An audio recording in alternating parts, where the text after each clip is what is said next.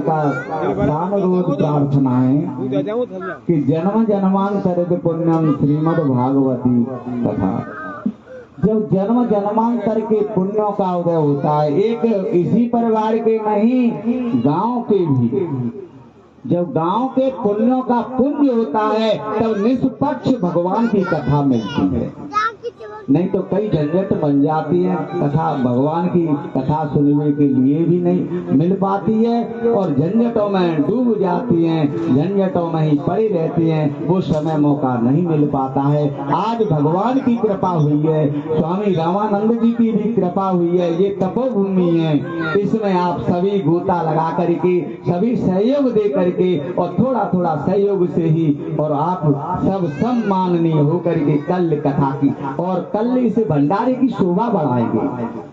और जब जैसे कथा समाप्त आज हो रही है, पूर्णाहुति होगी और कल का भंडारा है, भंडारे की शोभा तन मन से लगानी है। बोलो राधा कृष्ण की जय। भगवान हमेशा कायिक वाचिक मानसिक 3 प्रकार से पुण्य देती हैं। अपने शरीर से बन जाए भगवान के प्रति तो भी करो, अपने वाणी से बन जाए तो भी करो, और मन से बन जाए, और धन तो भगवान स्वयं देते हैं। धन की जरूरत भगवान को नहीं होती है, भगवान तो तुम्हें देते हैं, लेते नहीं है भगवान किसी से धन। जब भगवान की भक्ति होगी तो धन की तो अपने आप तुम्हारे घरों में वर्षा होगी भगवान की कृपा से। बोलो वृंदावन बिहारी लाल की जय हो। तो इसी प्रकार से 4 वस्तुएं उन्होंने दी, भोजन और स्वाध्याय, पढ़ना नहीं चाहिए उस समय पर, और कामना को नहीं पूर्ण करना चाहिए, सुख संतान प्राप्त नहीं होगी, और सोना नहीं, भोजन नहीं, काम शक्ति नहीं, और वेद मंत्रों का उच्चारण भी नहीं बताया। इस प्रकार से उन्होंने 4 चीज उन्होंने बताया। चत्वार काम वर्जयित आहार मैथुनम चैव स्वाध्याय पठक्रमे। तो वहां पर महाराज आज राजा नृग ने जब गिरगिट का योनि प्राप्त की थी, वो हाथ जोड़ी करके गिरगिट योनि वाले राजा नृग कहने लगा कि महाराज जब शाम के वक्त में वो ब्राह्मण आया, ब्राह्मण ने जैसे गाय का संकल्प किया, वहां गाय की संकल्प में प्रभु वो गाय बड़ी भारी अकेली थी, गाय बड़ी भारी दौड़ने वाली थी, और हमारे ब्राह्मण देव कमजोर थे। तो महाराज गाय को लेके जैसे ही वो घर को गए हैं, गाय उनसे छूटने लगी। छूट करके हे राजन परिजन, वो गाय लौट करके उसी गौशाला में प्रवेश करने लगी। प्रातःकाल हुआ, राजा ने वही गाय दरवाजे के सामने मिली है, वो गाय को दान में दोबारा दे दिया। ब्राह्मण देव आए, उस गाय को ले जा रही है। उधर से लौट करके शाम वाला ब्राह्मण आए, उन्होंने कहा ब्राह्मण देव से, अरे भैया राम राम। बोले राम राम, कहाँ से ला रहे हो जा गाय को? अरे ये मुझे राजा नृग ने दान में दी है। अरे कैसे? ये तो मुझे कल ही दान में दे दी और उसको मैं ढूंढता हुआ चलो आ रहा हूँ, तूने ये गाय क्यों ले ली? बोले भैया नहीं, मैंने चोरी नहीं की, मैंने देखी नहीं तेरी गाय, मुझे तो राजा नृग ने दान में दी है। राजा नृग ने, हाँ बोले बड़ा भारी भ्रष्ट है, बड़ा भारी अत्याचारी है, बड़ा भारी पापाचारी है, देखने में दानी लग रहा है, लेकिन ये एक गाय को 2 बार दान कैसे दे रहा है? प्रभु ब्राह्मण देव के हाथ को पकड़ करके और वो राजा नृग के पास में ले जाने लगो। राजा नृग अपने याचकों को दान दे रहा है। थोड़ी देर खड़ी रही। ब्राह्मण देव ने कहा, बोले राजन रुको रुको। क्यों महाराज? बोले तुम्हारा दान हमें अच्छा नहीं लग रहा है। तुमने मुझे कल दान में गाय दी और भाई को तुम दूसरे दिन दे रहे हो। न जाने कब से तुम इतने दान करते हो, दानी बन रहे हो, लेकिन एक गाय को 2 बार दान दे रहे हो। दान 1 बार दिया जाता है।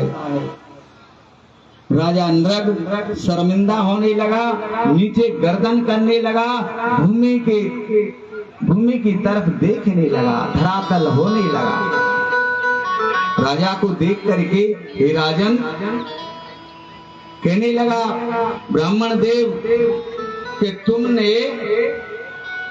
मेरा धन दोबारा दे दिया है। अरे अब तो महाराज राजा नृग कहने लगो, बोले ब्राह्मण देव आइए बैठिए और तुम मैं दूसरी बार गाय दे रहा हूँ। दोबारा गाय अच्छी से अच्छी हो उसको छांट लो। बोले नहीं। वो कहने लगा कि राजन जाने में या अनजाने में और जो ब्राह्मण के धन को हरण करता है वो महाराज विष से भी ज्यादा खतरनाक होता है।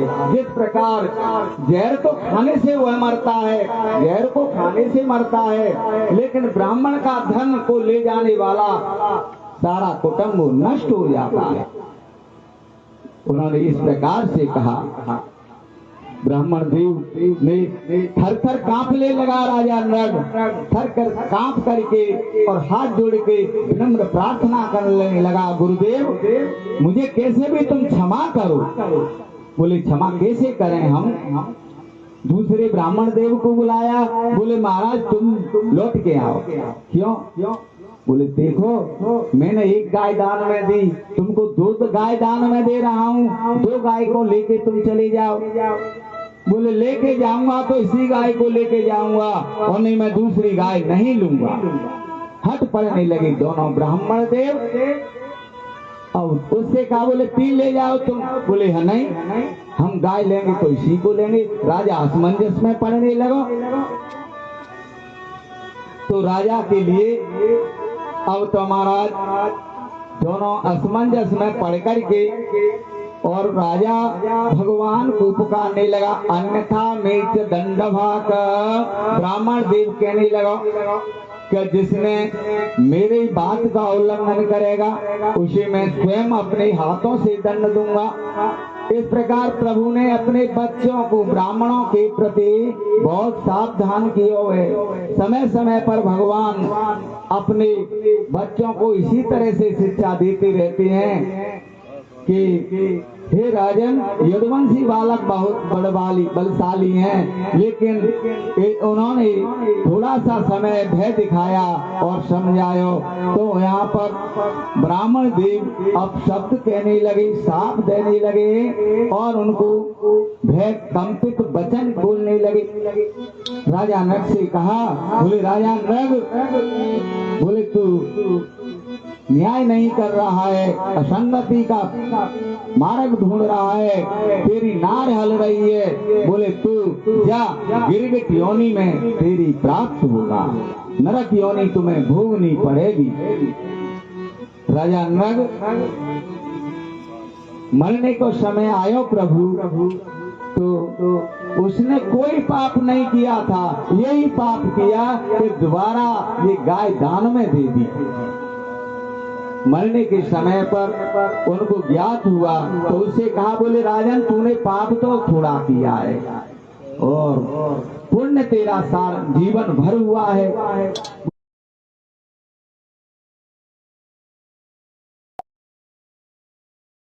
पुण्य तो मैं जिंदगी भर भोगूंगा, पाप को मैं थोड़ी देर ले लूं।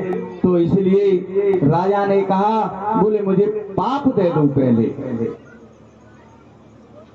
भगवान की कृपा, उसने पाप ग्रहण किया, गिरगिट योनि को प्राप्त किया। अब तो वो पाप योनि में ज्यादा पाप करने लगा, रात और दिन यही कामना करने लगा और जीव जंतुओं को खाने लगा और भी अत्याचार करने लगा। पाप उसका पुण्य घटने लगा, पाप ज्यादा बढ़ने लगा। बोलो वृंदावन बिहारी लाल की। पापस्य चिन्नानि खंडानि यशस पाखंड। जो पाखंड से भगवान का भजन करता है, पाखंड निर्तो संता विरक्ता सब परिग्रह, उसके लिए संसार में कोई सहायता नहीं करता है जो पाखंड से भगवान की सेवा करता है। तो आज हमारे परम प्रभु श्री कृष्ण यदुवंशियों के साथ में उसी बगीचे में खेलने के लिए आए हैं और आकर के उसी गिरगिटी की योनि को छुड़ा करके हाथ जोड़ करके राजा भगवान के चरणार बिंदों में जाने लगा और महाराज या धरातल पर दंडवत करने लगा। भगवान श्याम सुंदर ने उसको महाराज साहित्य मुक्ति प्रदान की है। इस प्रकार से हे राजन परीक्षित अपने जीवन कृत्य करते हुए और वो ने राजा रक को उद्धार किया है। बोलो बाल कृष्ण भगवान की जय हो।